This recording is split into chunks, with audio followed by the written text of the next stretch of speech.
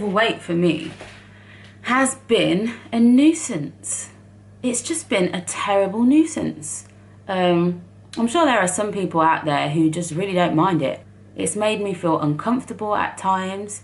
You know, trying to get up the stairs at college, you know, 63 flights of stairs. Clothes. I really like clothes, but you can't buy any that fit you. And even if they do fit you, they're not built for your shape. There are some brands that do cater for people of different shapes. However, I found it really difficult. At one point in time, back in the day, it's like, where can you get clothes from? Evans or New Look, whatever, Curve, what do you call it? I don't remember what it's called, but it's like, what a burden. I want to wear what I want to wear, not what. And then it was all floral stuff. Everything's got flowers all over it. There's nothing wrong with flowers, but it's like every day you got to wear floral big t-shirts or floral whatever, because like that's all there is. Because fat people only like flowers. Another thing, exclude it. Now, I was a chunky kid. Let me talk about that. So, I remember going away with the school to this place called Kingswood, and everybody was rock climbing, and I just felt too fat. Like, I wasn't, but the idea of, firstly, my big butt trying to get up the wall and having everybody else be able to see it at such a clear angle, okay, was just such a stressful situation for a child to be in. And, you know, the anxiety of that, wanting to climb the wall but thinking I might not be fit enough, and not being prepared to look bad in front of everyone by accident. I'll happily look bad by choice. Oh, I don't want to do that. You know, like, I'll do one step on the wall. I'm sure that's what I did. And then I was like, it's too scary and I've got to come down. But the truth is, there was more to it than just it was scary. It wasn't scary because I was one centimetre off the floor. It was scary for a whole heap of different reasons. I don't want to be, well, I never wanted to be judged on my appearance either way, good or bad. It hasn't all been bad. I feel like being overweight has helped me in so many ways. It's given me, oh, I've got friends. It's given me a depth of character. It's given me a lot of time to work on my internal world. So that's great. But here's the bit, like, I've kind of been trapped internally for a long time. So I'm ready to have a body that takes me to places I want to go. My brother's very active. My boyfriend's very active. And they want to do really cool stuff, like climb mountains and do Spartan races. And I want to do it too. And before, I was like too scared to say I would want to do that, because it's like you wouldn't want to say, oh, I want to do that, because everyone's going to think, well, that's a stupid idea because you're fat. But if you never even can voice your wants, how can you ever hope to achieve anything that takes you in that direction? Yeah, I want to do that. I want to climb mountains. I want to do running. So at the minute, I'm doing couch to 5K. I'm doing a workout every day. I'm going on my exercise bike for half an hour. My diet has not been bad anyway, but I've done a bunch of really bad stuff over the years that's like hammered my metabolism and confused the life out of my body to the point where even if I eat very little, I don't seem to lose much weight very quickly. It's a bit frustrating because it's like my body's just harbouring onto the fat.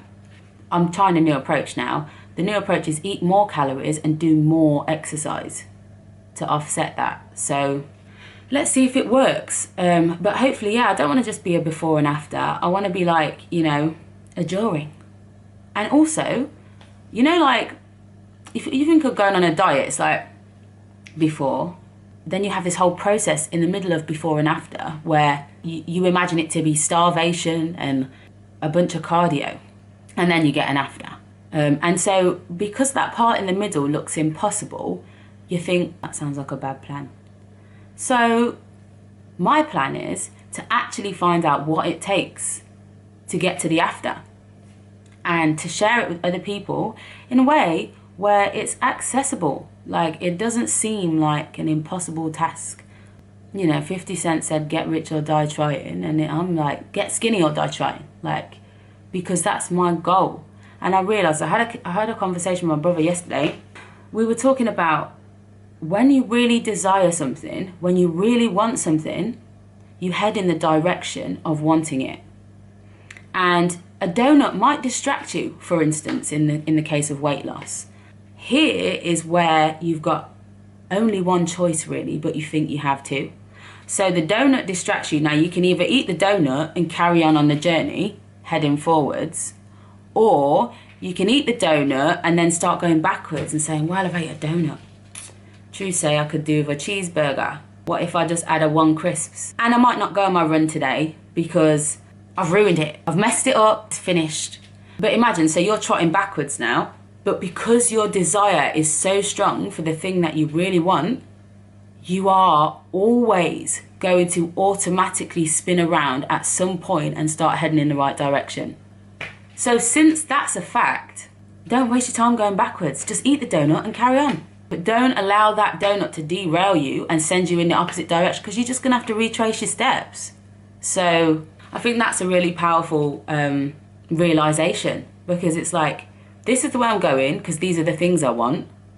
And no matter what comes up, is it taking you closer to where you want to go?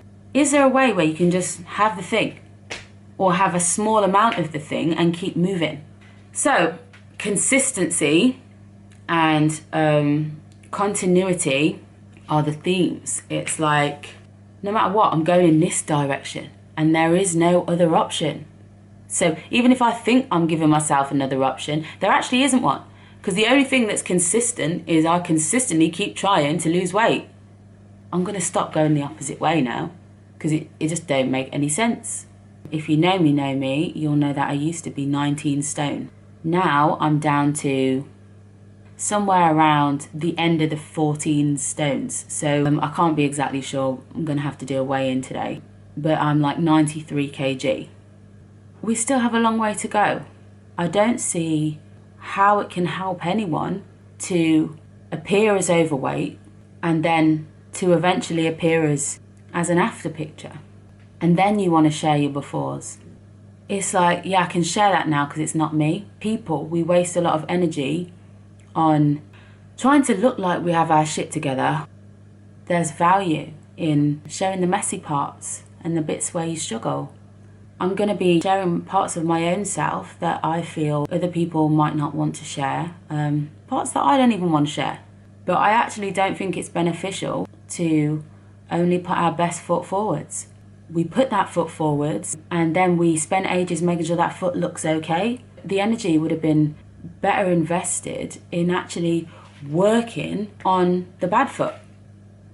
Why do we only want to share the good bits of ourselves? They don't resonate with many people. Why, if we're trying to relate to people, do we insist on having to be perfect when that's not relatable? When I woke up the other day, I had a thought come to me. The only route to mastery is the road of the beginner. And for me, that became the message I had to immediately share. If we waste time, we're not going to reach our full potential. You either share yourself and people have thoughts about that, or you don't say anything and people will still have thoughts anyway. I'm very inspired by some of the people that I've seen on social media, and I feel like they're making massive strides towards a more integrated future version of humanity. I'd like to be a part of that in some small way. And I think that's really what my message is here. So, welcome to Shansxworld. Thank you for listening.